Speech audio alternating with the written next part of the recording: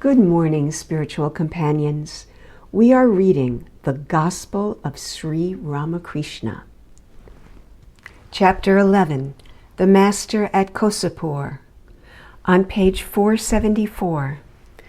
It was about 9 o'clock in the evening. Narendra and Sashi were sitting near the Master. He was awake. Every now and then he talked of Narendra. Master, how wonderful Narendra's state of mind is. You see, this very Narendra did not believe in God's forms, and now you see how his soul is panting for God. When the soul yearns for God like that, then you will know that you do not have long to wait for his vision. The rosy color on the eastern horizon shows that the sun will rise soon. This day, Sri Ramakrishna's illness was worse. In spite of much suffering, he said many things about Narendra, though mostly by means of signs. At night, Narendra left for Dakshineswar. It was very dark, being the night of the new moon. He was accompanied by 1 or 2 devotees. M spent the night at the Kosipur garden. He dreamt that he was seated in an assembly of sannyasis. Sunday, March 14th, 1886. Sri Ramakrishna sat facing the north in the large room upstairs. It was evening. He was very ill. Narendra and Rakal were gently massaging his feet. M sat nearby. The Master, by a sign, asked him too to stroke his feet. M obeyed. The previous Sunday, the devotees had observed Sri Ramakrishna's birthday with worship and prayer. His birthday the year before had been celebrated at Dakshineswar with great pomp, but this year, on account of his illness, the devotees were very sad and there was no festivity at all. The Holy Mother busied herself day and night in the Master's service. Among the young disciples, Narendra, Rakal, Niranjan, Sarat, Sashi, Baburam, Jogin, Latu, and Kali had been staying with him at the garden house. The older devotees visited him daily, and some of them occasionally spent the night there. That day, Sri Ramakrishna was feeling very ill. At midnight, the moon was flooding the garden with light, but it could wake no response in the devotees' hearts. They were drowned in a sea of grief. They felt that they were living in a beautiful city besieged by a hostile army. Perfect silence reigned everywhere. Nature was still, except for the gentle rustling of the leaves at the touch of the south wind. Sri Ramakrishna lay awake. 1 or 2 devotees sat near him in silence. At times he seemed to doze. M was seated by his side. Sri Ramakrishna asked him by a sign to come nearer. The sight of his suffering was unbearable. In a very soft voice and with great difficulty, he said to M, "I have borne so much suffering for fear of making you all weep. But if you all say, 'Oh, there is so much suffering, let the body go,' then I can give up the body." These words pierced the devotees' hearts, and he who was their father, mother, and protector had uttered these words. What could they say? All sat in silence. Some thought, "Is this another crucifixion? The sacrifice of the body for the sake of the devotees?" It was the dead of night. Sri Ramakrishna's illness was taking a turn for the worse. The devotees wondered what was to be done. One of them left for Calcutta. That very night, Girish came to the garden house with 2 physicians, Upendra and Navagopal. The devotees sat near the Master. He felt a little better and said to them, "The illness is of the body. That is as it should be. I see that the body is made of the 5 elements." Turning to Girish, he said, "I am seeing many forms of God. Among them I find this one also, meaning his own form.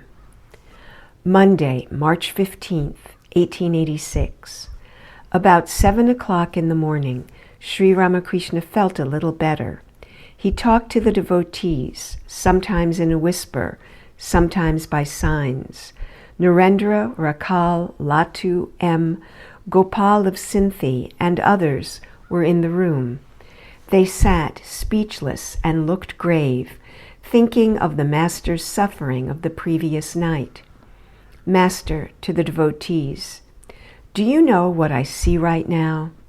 I see that it is God Himself who has become all this.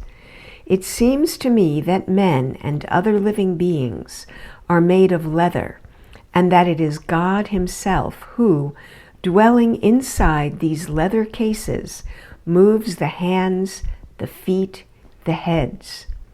I had a similar vision once before, when I saw houses, gardens, roads, men, cattle, all made of one substance. It was as if they were all made of wax. I see that it is God Himself who has become the block, the executioner, and the victim for the sacrifice. As he described this staggering experience, in which he realized in full the identity of all within the one being, he was overwhelmed with emotion and exclaimed, "Ah, what a vision!" Immediately, Sri Ramakrishna went into samadhi. He completely forgot his body and the outer world. The devotees were bewildered. Not knowing what to do, they sat still. Presently, the Master regained partial consciousness of the world and said, "Now I have no pain at all.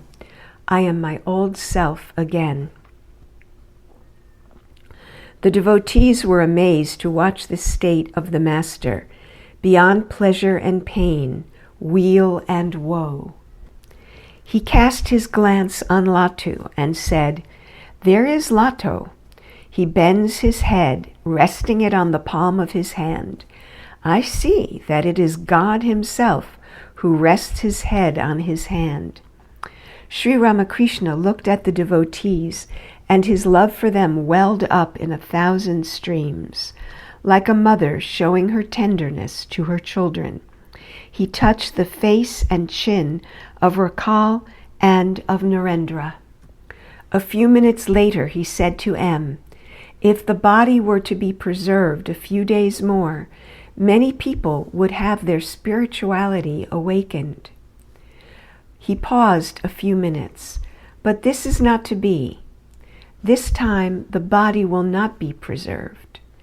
The devotees eagerly awaited the Master's next words. "Such is not the will of God. This time the body will not be preserved, lest, finding me guileless and foolish, people should take advantage of me, and lest I, guileless and foolish as I am, should give away everything to everybody. In this Kali Yuga, you see, people are averse to meditation and japa."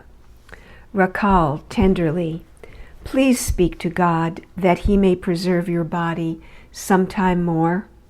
Master, "That depends on God's will." Narendra, "Your will and God's will have become one." Sri Ramakrishna remained silent. He appeared to be thinking about something. Master, to Narendra, Rakal, and the others, "And nothing will happen if I speak to God. Now I see that I and the Mother have become one." The devotees sat silently in the room. Sri Ramakrishna looked at them tenderly. Then he placed his hand on his heart. He was about to speak. Master, to Narendra and the others, "There are two persons in this. One, the Divine Mother." He paused. The devotees looked at him eagerly to hear what he would say next. Master, "Yes, one is she, and the other is her devotee. It is the devotee who broke his arm, and it is the devotee who is now ill. Do you understand? The devotees sat without uttering a word. Master, alas, to whom shall I say all this? Who will understand me? Pausing a few moments, he said, God becomes man, an avatar, and comes to earth with his devotees, and the devotees leave the world with him. Rakal, therefore we pray that you may not go away and leave us behind. Sri Ramakrishna smiled and said, a band of God's troubadours suddenly appears, dances and sings, and departs in the same sudden manner. They come and they return, but none recognizes them. The master and the devotees smiled. After a few minutes, he said, suffering is inevitable when one assumes a human body. Every now and then I say to myself, may I not have to come back to earth again. But there is something else. After enjoying sumptuous feasts outside, one does not relish cheap home cooking. Besides, this assuming of a human body is for the devotee's sake. Sri Ramakrishna looked at Narendra very tenderly. Master, to Narendra, an outcast was carrying a load of meat. Sankaracharya, after bathing in the Ganges, was passing by. Suddenly the outcast touched him. Sankara said sharply, what? You have touched me. Revered sir, he replied, I have not touched you, nor have you touched me. Reason with me. Are you the body, the mind, or the buddhi? Analyze what you are. You are the pure Atman, unattached and free, unaffected by the three gunas, sattva, rajas, and tamas. Do you know what Brahman is like? It is like air. Good and bad smells are carried by the air, but the air itself is unaffected. Narendra, yes, sir. Master, he is beyond the gunas and maya, beyond both the maya of knowledge and the maya of ignorance. Woman and gold are the maya of ignorance. Knowledge, renunciation, devotion, and other spiritual qualities are the splendors of the maya of knowledge. Sankaracharya kept this maya of knowledge, and that you and these others feel concerned about me is also due to this maya of knowledge. Narendra, some people get angry with me when I speak of renunciation. Master, in a whisper, renunciation is necessary. Pointing to his limbs, if one limb is placed upon another, you must remove the first to get the second. Can you get the second limb without removing the first? Narendra, true, sir. Master, in a whisper to Narendra, when one sees everything filled with God alone, does one see anything else? Narendra, must one renounce the world? Master, didn't I say just now, when one sees everything filled with God alone, does one see anything else? Does one then see any such thing as the world? I mean mental renunciation. Not one of those who have come here is a worldly person. Some of them had a slight desire, for instance, a fancy for woman. Rakal and M smile, and that desire has been fulfilled. The master looked at Narendra tenderly and became filled with love. Looking at the devotees, he said, grand. With a smile, Narendra asked the master, what is grand? Master, smiling, I see that preparations are going on for a grand renunciation.